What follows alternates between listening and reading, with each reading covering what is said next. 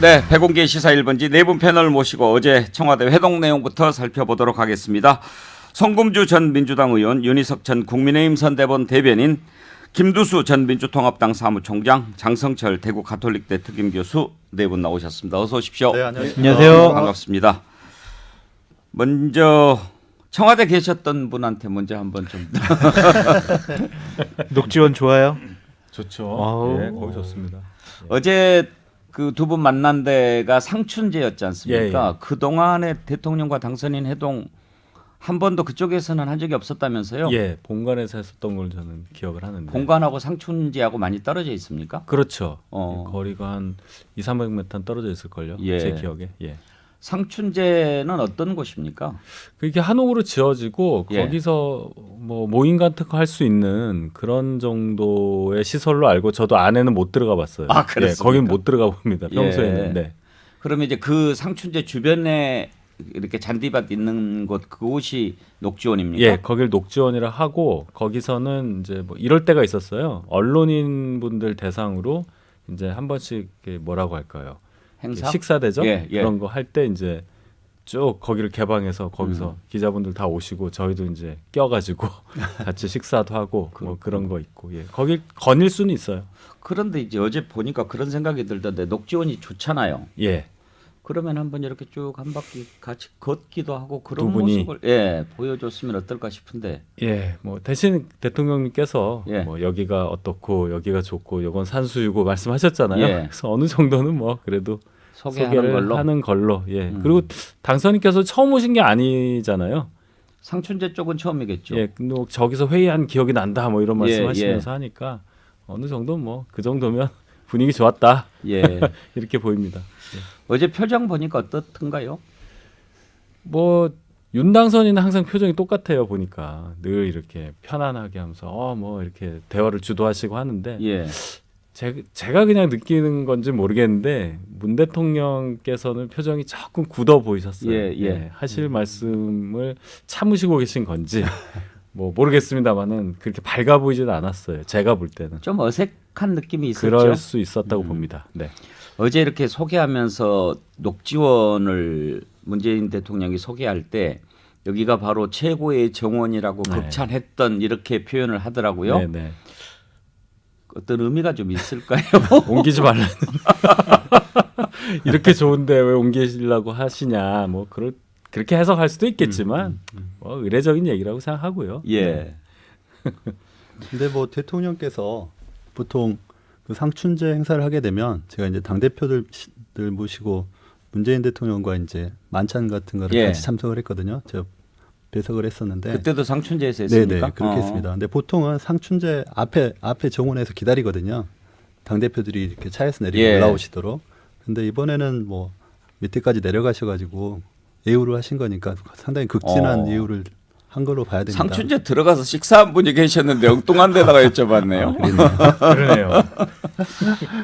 그 대통령과 당선인 회동 뭐 하도 오랜만이라서 기억이 가물가물한데 대통령이 그렇게 입구까지 나와서 당선인 맞이하는 게 이례적입니까? 굉장히 이례적이라고 봐야겠죠. 사실은 대통령께서 그 거리가 그래도 한 50m 이상 되거든요. 예. 그 밑에까지 내려왔다가 다시 올라오는 것이기 때문에 일반적으로 제가 그 대통령들 모시는 그러니까 만찬이나 이런 행사를 상춘제에서 하거나 본관에서 하는 걸 배석을 했었는데 대부분 대통령께서 건물 앞으로 나오는 경우는 없습니다. 그러니까 이런 경우는 좀 이례적이고 그만큼 예우를 갖췄다. 문 대통령 입장에서는 그렇게 봐야 됩니다. 또 뭐 다른 분도 아니고 당선인이니까 거의 동격 아닙니까? 그렇죠. 예. 뭐 그런 점에서 나오는 것 좋아 보였죠. 네. 예.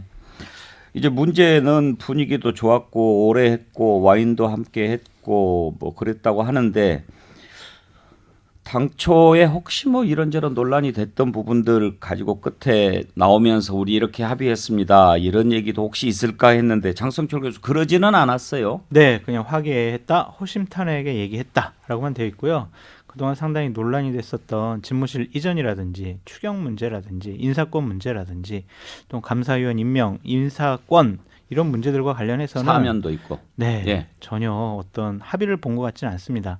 다만 이제 청와대 집무실을 이전하는 예비비 문제와 관련해선 면밀히 한번 검토해 보겠다라는 건데 이거는 우리 언제 한번 식사 한번 합시다.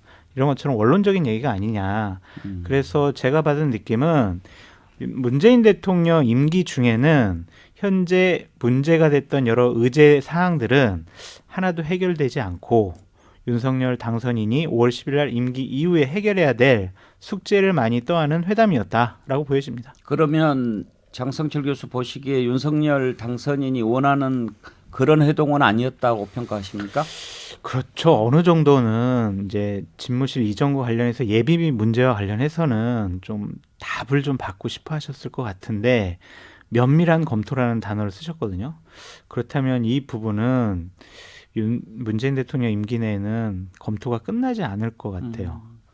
김두수 총장은 어떻게 보세요? 이게 그 내부적으로 3시간 가까이 만났으니까 얘기를 좀 충분히 하기는 했을 것 같은데 이제 뭐 발표로 할 내용이냐 아니냐 하는 것은 좀 별개의 문제고 그동안에 문재인 대통령 입장이 이건 뭐 회담하는 자리가 아니지 않느냐. 그냥 뭐 허심탄회하게 이런저런 덕담도 나누고 그런 자리다라고 얘기를 해왔으니까 얘기는 했는데 발표를 안 했을 가능성 또 아예 얘기도 안 했을 가능성 어느 쪽이 더 높다고 보십니까? 저는 이야기는 했다고 봅니다. 근데 이제 이게 만약 합의문 형식으로 작성을 하면 어떤 거는 합의되고 어떤 거는 합의 안 되고 이런 식으로 이제 구별을 하게 되니까 예. 이 구별을 없애야 되겠다 이렇게 생각이 양쪽의 뜻이 같았던 것 같고요. 예를 들면 뭐 MB 사면은 안 하고 뭐 이렇게 되면 이제 또다시 이제 언론에 어떤 재료를 제공하게 되니까 이 전체 포괄적으로 설명하기를 상호 원했다 이렇게 생각이 들고요. 예. 특히나 이제 MB 사면 같은 경우는 아마 이 발표를 봐도 그렇고 이건 이야기를 아예 안 한 것 같습니다. 예, 그 전에 또 이게 또 쟁점이 됐기도 했고 그렇기 때문에 갈등 사안으로 또 빠질 수도 있으니까 그런 것 같고 청와대 이전 문제는 아마 이야기했을 것 같고요. 예. 이거는 문재인 대통령도 원했던 바고 가능하면 강화문 시대를 열어보자 했고 당선인도 또 해필 또 이 선거 공약이 동일하게 강화문 시대였단 말입니다. 그런데 이제 이게 강화문 시대가 아니라 용산 시대로 바뀌면서 여러 가지 검토해야 될 일이 생겼는데 이 검토를 충분히 했으면 좋겠다는 것도 문재인 대통령 생각일 겁니다. 아마 본인이 2년을 검토했지 않습니까? 그 결단이 없어서 못한 게 아니라 여러 사정을 고려한 건데 그런 종합적 사항을 고려해 줬으면 좋겠다는 속마음이 있었을 것이고 그래서 면밀히 검토해서 협조할 수 있다면 협조하겠다고 말한 거라고 봅니다. 그래서 원론을 다시 확인한 건데 예. 청와대 이전 같은 경우에도 국민들이 염려하는 거는 용산을 가면 안 된다 이런 게 아니라 가더라도 충분히 준비해서 또 공론을 모아서 갔으면 좋겠다 뭐 이런 것이 깔려 있으니까요. 예. 그런 것들이 반영됐다 생각이 들고요. 뭐 재난지원금 같은 경우에 이런 그 피해 보상 이런 거는 제가 볼 때는 인수위 측에서 아직 액수라든지 시기 방법 이런 게 다 정리되지 않았기 때문에 그거는 이제 깊이 이야기하지 않고 대충 이런 방향으로 하고 싶다 정도를 전달한 거 아닌가 이렇게 생각이 듭니다. 예. 그러면 집무실 이전은 얘기를 했을 거고 사면은 얘기 안 했을 것 같고 인사권이나 추경은 어땠을 것 같습니까? 인사권 문제는 이미 이제 제일 쟁점이 됐던 감사위원 선임 문제는 어쨌든 자동으로 좀 됐고. 해소가 예. 됐지 않습니까? 그 외에는 뭐 선관위원이라든지 그다음에 이제 공기업 이런 게 있는데 공기업 문제에서는 뭐 더 이상 이제 지금 현재로서는 더 이상 임명하지는 않을 것 같고요. 문제는 오히려 이제 지금 정치적 쟁점이 되고 있듯이 새 정부가 들어서서 과연 공기업 이 인사에 관련돼서 과거처럼 또 임기를 중간에 중단시키는 일 이런 건 이제 못하게 이제 법적인 조치가 나왔고 이러니까 오히려 그 부분도 뭐 크게 쟁점은 되지 않지 않겠느냐 이렇게 생각이 듭니다. 장성철 교수는 어제 회동을 만약에 점수를 주고 평가를 한다면 어떻게 80점 이상 줄 것 같습니다. 보통 이제 당선인과 현직 대통령의 만남은요, 국민들께 안정감을 주는 거예요.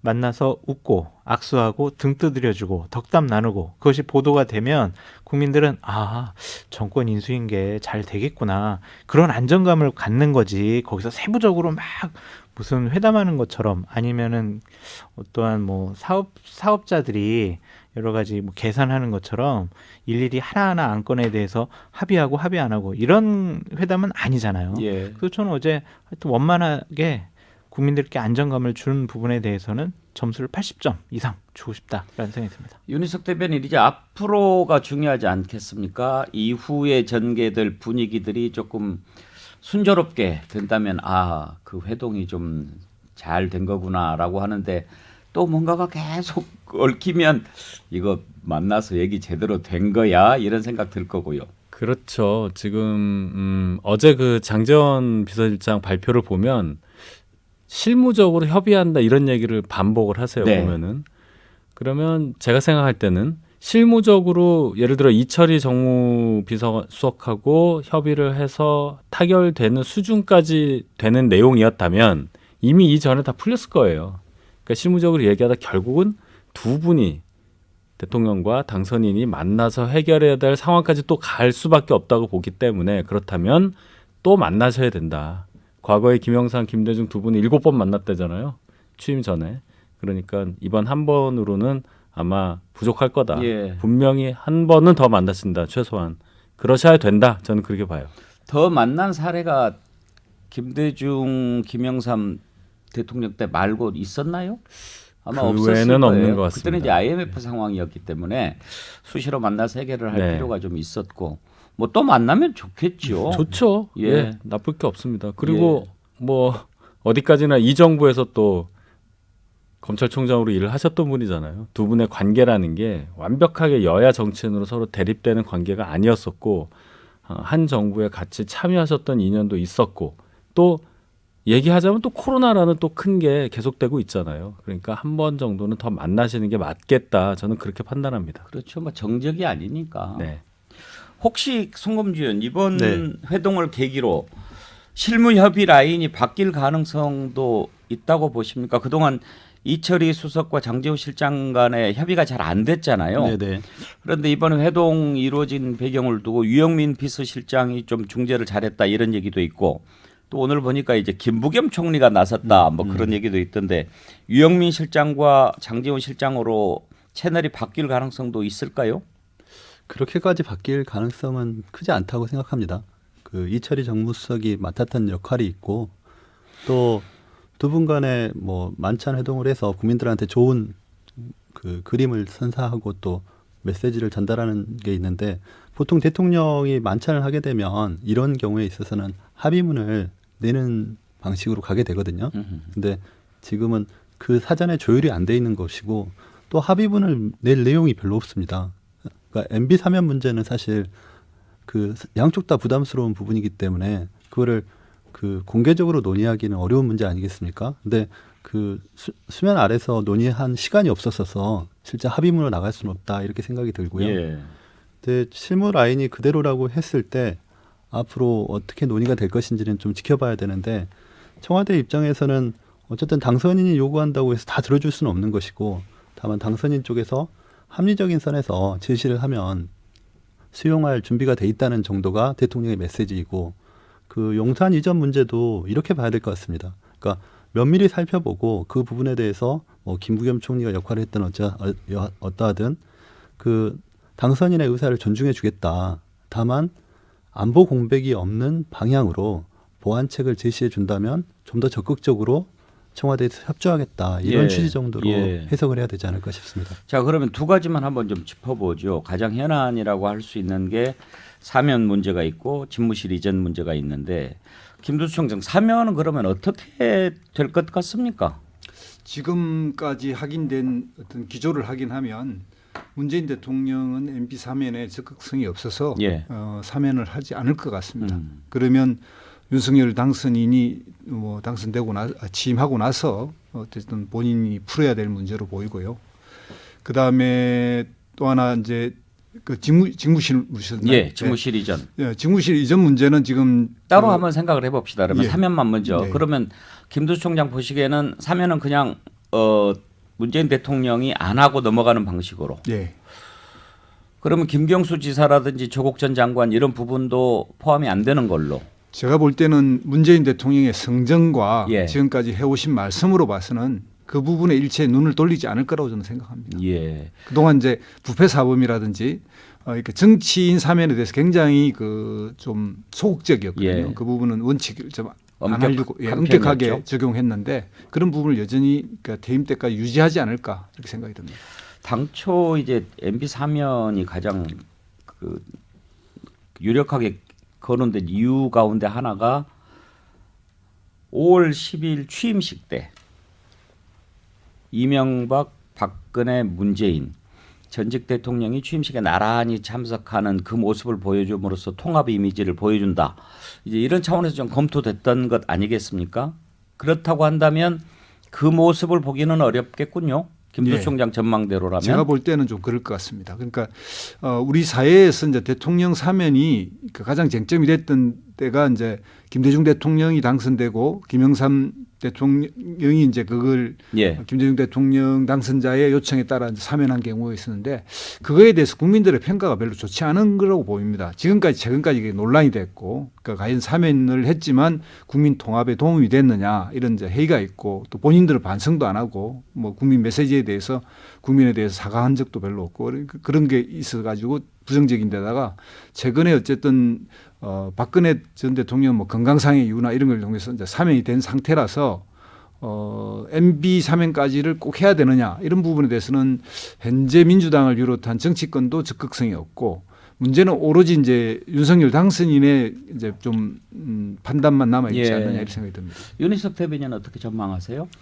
두 전직 대통령에 대한 사면이 지금 결과가 달라졌잖아요. 박 대통령에 대해서는 하시고 이명박 대통령에 대해서는 아직까지 안 하는 이유는 그건 다 정치적인 이유라고 생각해요. 물론 정치인 사면에 대해서 그동안 소극적으로 반응하셨던 것이 문재인 대통령의 태도였지만 기본적으로 바라보는 시각이 박 대통령과 이명박 대통령은 다르다는 것을 전제한다면 저도 임기 내 사면은 저는 없을 거라고 저도 생각을 하고 할 거면 이미 하셨겠죠. 예, 그렇게 보고 그렇다면 그 세 분 전직 살아계신 세 분 전직 대통령이 나란히 윤석열 당선인의 취임식에 참석하는 그런 모습은 볼 수가 없겠다. 그 점은 아쉽습니다.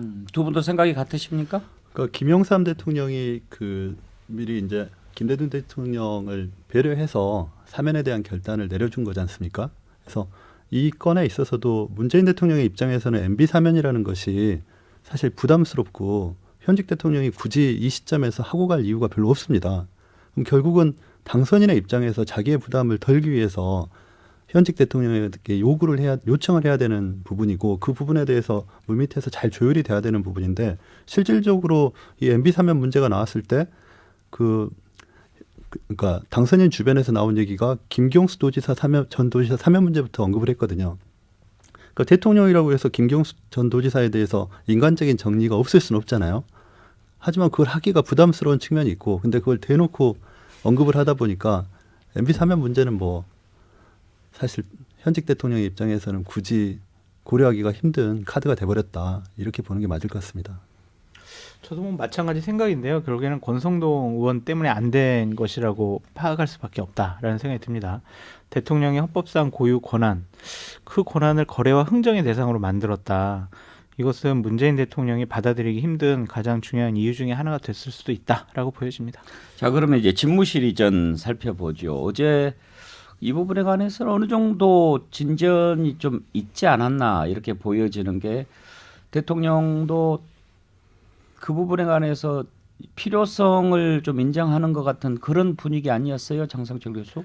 그러니까 앞에 놓고 아이고 그거 왜 하려고 그럽니까 그거 6일 만에 그렇게 결정해가지고 하는 게 맞습니까? 그것도 국방부로. 그리고 솔직히 기분 나쁜데 지금 국고 통수권자 저 아닙니까? 근데 국방부 보고 이전하라고 나한테 허락도 안 받고 하는 게 맞습니까? 라고 어떻게 문재인 대통령이 윤석열 당선인한테 그런 얘기를 하겠어요. 조금 더 마셨으면 그럴 수 있는. 그래서 이 부분은 상당히 그냥 원론적인 얘기를 함으로써 완곡한 거절 의사를 밝힌 것이 아니냐라고 볼 수밖에 없어요. 지금 3월 15일 날 처음 이제 용산으로 이전할게요 라고 검토했다가 3월 20일 날 확정적으로 하겠습니다라고 했잖아요. 그러고 나서 지금 대략 보면 일주일 이상 지났는데 지금까지도 면밀하게 검토 안 했을까요? 예. 해보니까 이거는 우리가 안 하는 게 맞아라고 판단을 내린 것 같습니다. 예. 성검주 의원은요?